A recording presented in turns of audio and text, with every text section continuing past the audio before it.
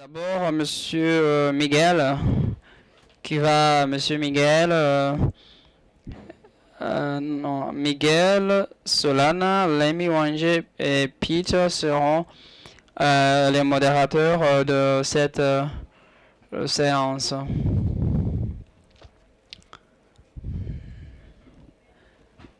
Est-ce que je peux commencer? C'est très intéressant pour que je parlais en premier. À chaque moment que j'ai une discussion en rapport avec ce régime d'assurance indicielle, alors, mais parfois il y a une négligence au niveau des sinistres, au niveau de réclamations, mais quand même c'est un élément, c'est une composante de ces produits en termes d'assurance indicielle. En premier lieu, on a essayé de vérifier les risques, mais vraiment c'est un défi de pouvoir procéder à la préparation et à l'évaluation d'une proposition de produit pour pouvoir déterminer la perte de récolte. Vraiment, il y a plusieurs mécanismes pour pouvoir vérifier les pertes. Cela nous fait penser à déterminer le règlement d'indemnité, donc les paiements.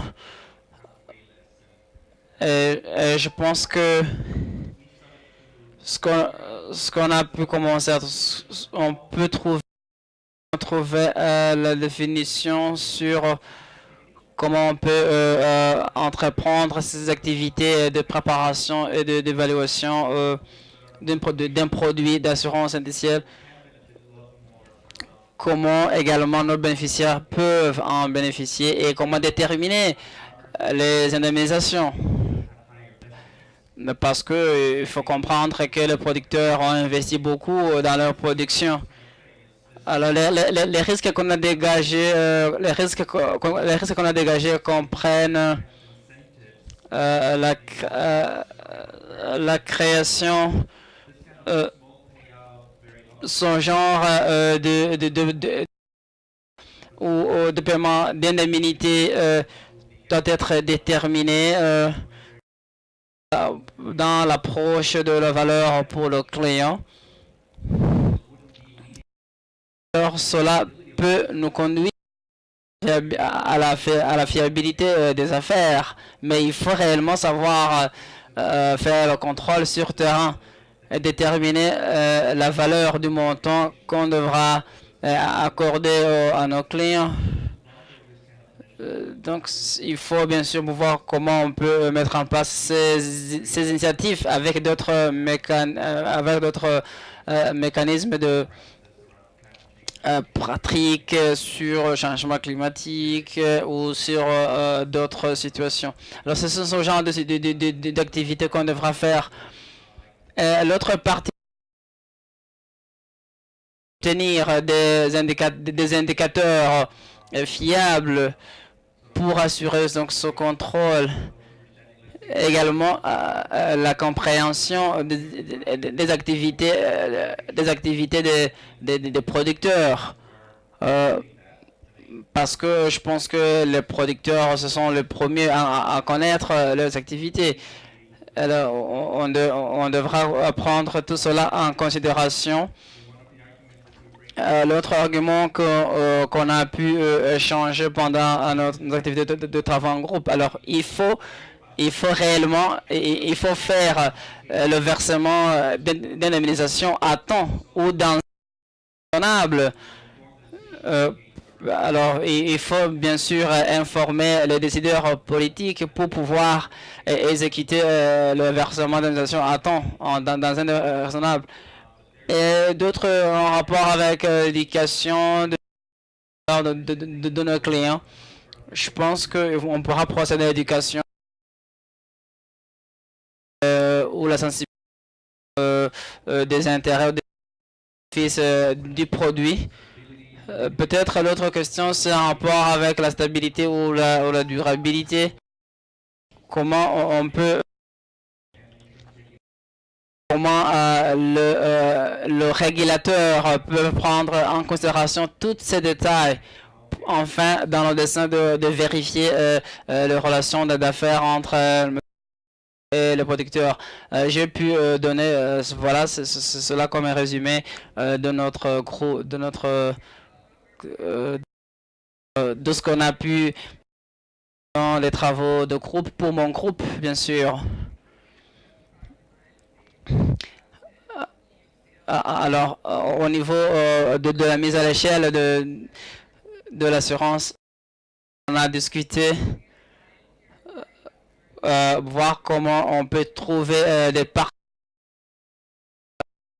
opératives agricoles ou les méthodes de sédalité et pouvoir d'autres systèmes, également des canaux de distribution au niveau local. Alors, il faut également impliquer les non-clients cette démarche. Concernant un rapport avec donc, quelles sont les étapes à pouvoir, quelles sont les étapes de ce processus d'élaboration des produits. Dans l'évaluation, on peut créer dans une période de temps des zones potentielles pour pouvoir et expérience avec les producteurs. L'autre, c'est l'éducation et la formation sur la valeur de nos clients. Également les avantages ou les bénéfices des produits que nous proposons en termes d'assurance.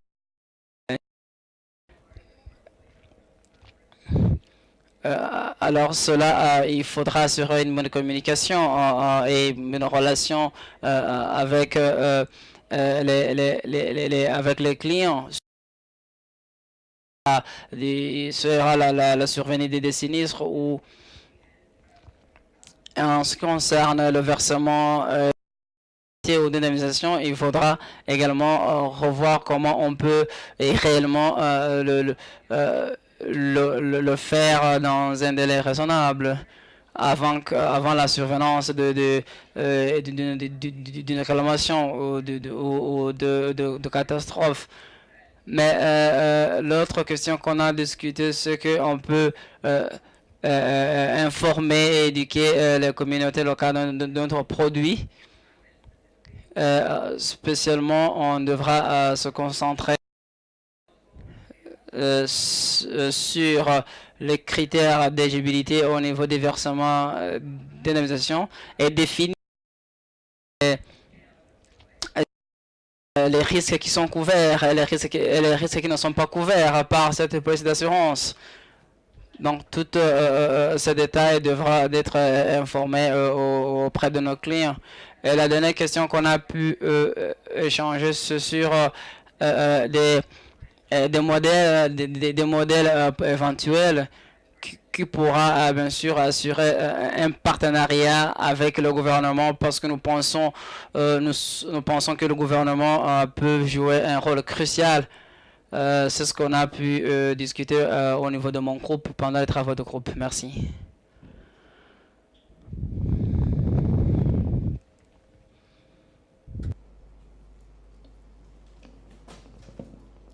Bonjour tout le monde. Au niveau de notre groupe, nous avons discuté essentiellement sur la question de savoir comment assurer la protection du client et la soutenabilité de. Alors, à cette question, nous avons axé nos échanges principalement sur les expériences vécues au niveau des États, les uns des autres. Alors, il faut quand même souligner que au pays de l'Afrique francophone, il n'y a pas trop d'États qui pratiquent l'assurance indicielle. Nous avons eu les expériences principalement venant du Bénin et du Sénégal. Au niveau du Bénin, les autorités sont en phase de mettre en place une assurance indicielle. Ils ont obtenu une subvention de la BEAD, la Banque Ouest Africaine de Développement. Et malheureusement, la gestion de cette, la gestion de cette subvention est faite par une structure privée. Je ne vais pas aller dans les détails, mais ça cause un problème de conflit entre le processus qui est étatique et la gestion de cette subvention. Bon, au niveau du Sénégal, l'expérience est un peu plus développée, mais nous avons discuté aussi sur le problème de savoir comment définir le risque et les bases dues à la définition de l'indice adossé surtout à la quantité d'eau. C'est à ce niveau que se situe véritablement le problème. L'ensemble des participants consentent que au niveau de notre zone, il est nécessaire que les assurables perçoivent une subvention. Cette subvention permettra de développer une subvention étatique qui permettra de développer le secteur, et une fois le secteur développé, l'État peut se retirer. Parce que l'assurance indicielle est considérée aujourd'hui comme un moyen de lutte contre la pauvreté. Et s'il y a des conventions étatiques, ça pourra permettre de toucher la plus grande masse, et lutter efficacement contre la pauvreté. Et aujourd'hui, l'ensemble des participants consentent qu'une approche participative est nécessaire. Il faut impliquer les assurables dans tout le processus, c'est-à-dire de la définition du produit, de la définition des indicateurs, la commercialisation, ainsi que la collecte des primes et la confection des bases de données. Donc, pour résumer, nous estimons que aujourd'hui, pour le développement de cette assurance indicielle dans le milieu francophone, il est nécessaire de partir d'une subvention. C'est vrai que la seule subvention étatique ne suffit pas. Elle ne suffit pas. On pourra par la suite développer des partenariats avec des partenaires techniques et financiers, mais le démarrage pour le développement de cette assurance nécessite une subvention de départ. Voici un peu résumé ce que nous avons retenu de notre échange au niveau de notre atelier. Je vous remercie. My group, thank you so much.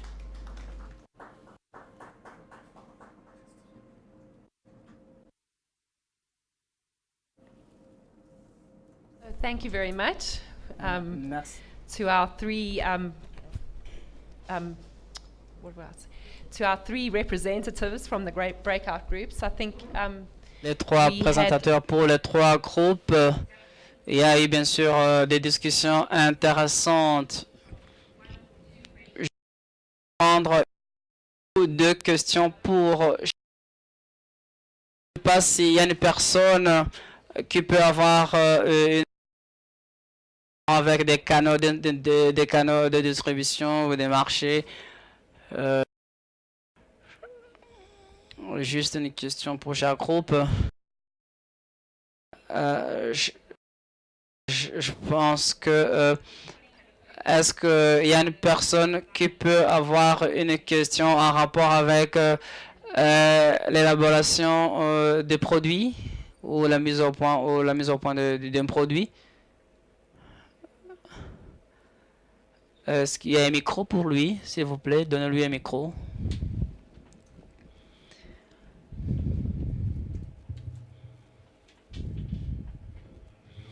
Bon après-midi tout le monde.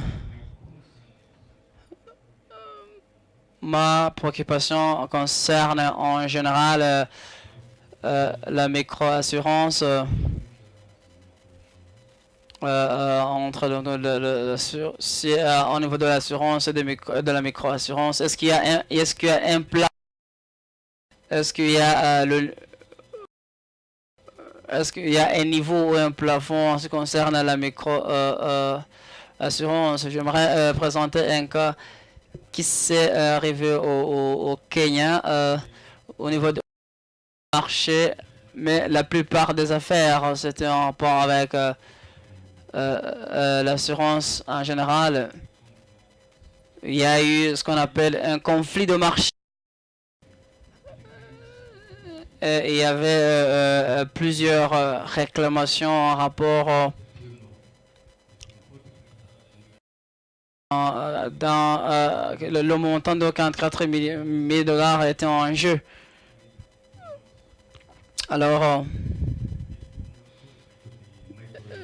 que certaines maisons d'assurance ne sont pas qualifiées, ne sont pas qualifiées en tant que donneurs d'assurance en termes de micro-assurance. Je pense que je vais répondre à cette question en concernant le micro-assurance. Plusieurs questions qu'on ne peut pas répondre vraiment, mais en principe c'est très important de considérer des questions au-delà des conflits de marché. On devrait considérer comment on peut étendre nos marchés. Alors ça peut être des différentes catégories de clients ou des personnes des personnes qui sont indépendants ou des professionnels qui peuvent souscrire à une assurance. Alors, si vous analysez votre cadre logique, vous allez bien sûr définir les critères de vos clients et essayer de définir le de vos produits et pouvoir couvrir d'autres personnes qui n'ont pas encore déjà bénéficié de ces assurances. Alors, mais c'est également, vous allez pouvoir considérer votre économie. Et vous êtes en train de confectionner un cadre de micro-assurance. Il y a un processus, une démarche à faire. Peut-être tu n'as pas les moyens pour le faire, tu n'as pas des ressources pour le cadre de micro-assurance, peut-être des exigences des paiements. Il y a un client qui impliquait 45 000. Cela, il faut considérer votre capacité de ressources. Est-ce que vous avez des ressources nécessaires pour assurer ou pour donner ce cadre de micro-assurance? Alors, il faut être très prudent parce qu'il y a des ennuis, de problèmes. Alors, il y a des réclamations en termes de micro-assurance, mais alors il faut, si vous voulez commencer à vendre des produits d'assurance, bien sûr, il faut considérer ce genre de détails. Mais il y a peu de crédit, il peut y avoir certaines réclamations ou peut-être vous ne pouvez pas survenu après je pense que l'autorité de régulation doit pouvoir déterminer peut-être comment on peut résoudre. Si vous êtes un assureur, définissez cela au niveau des manuels de procédure ou dans votre cadre logique.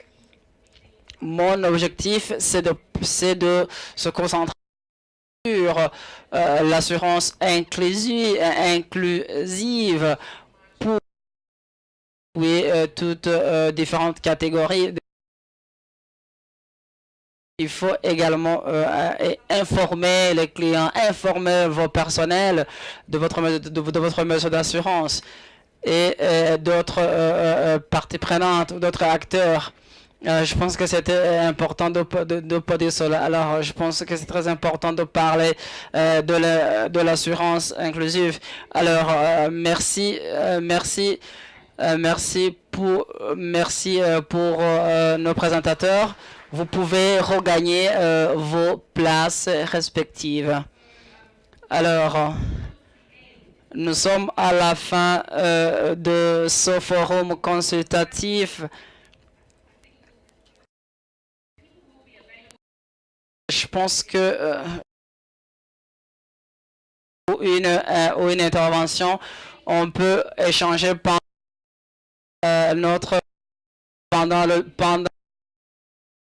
merci beaucoup pour votre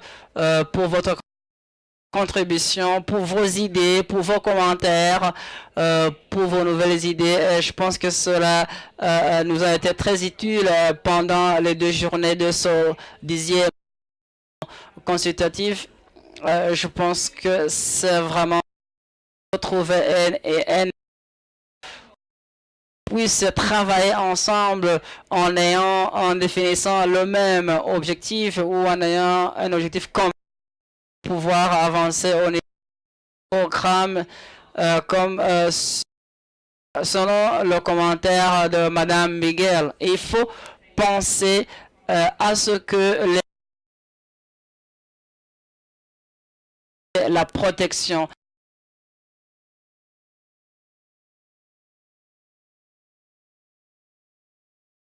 le processus d'élaboration des produits selon les besoins de nos clients.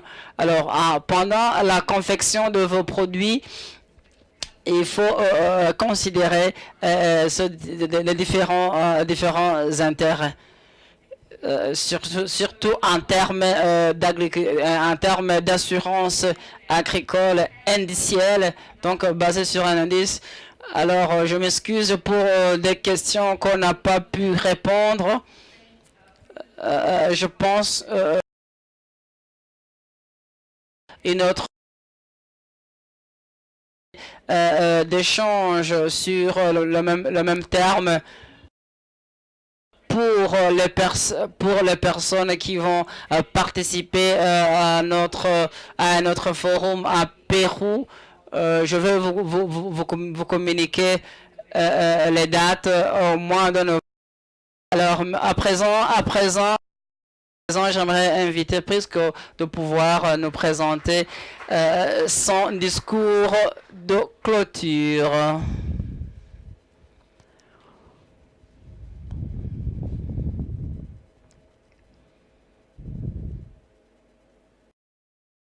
Merci, Jeannès. Bon après-midi tout le monde. J'aimerais dire que je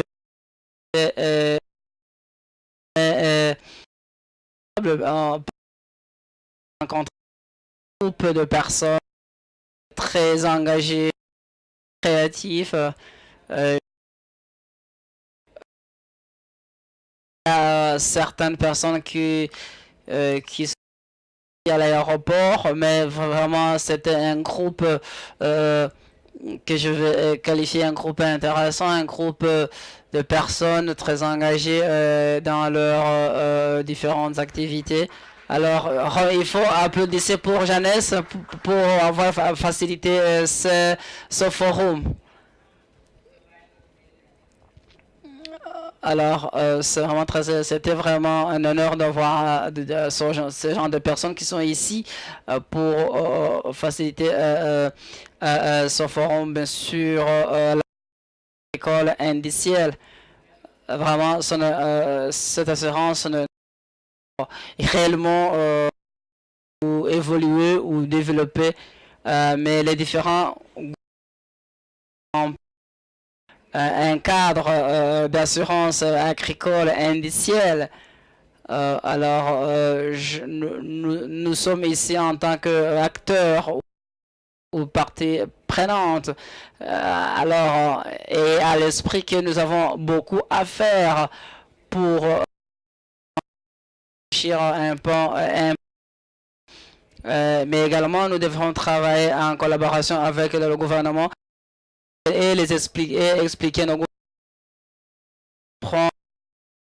et l'importance surtout de l'agriculture, de l'assurance agricole indicielle.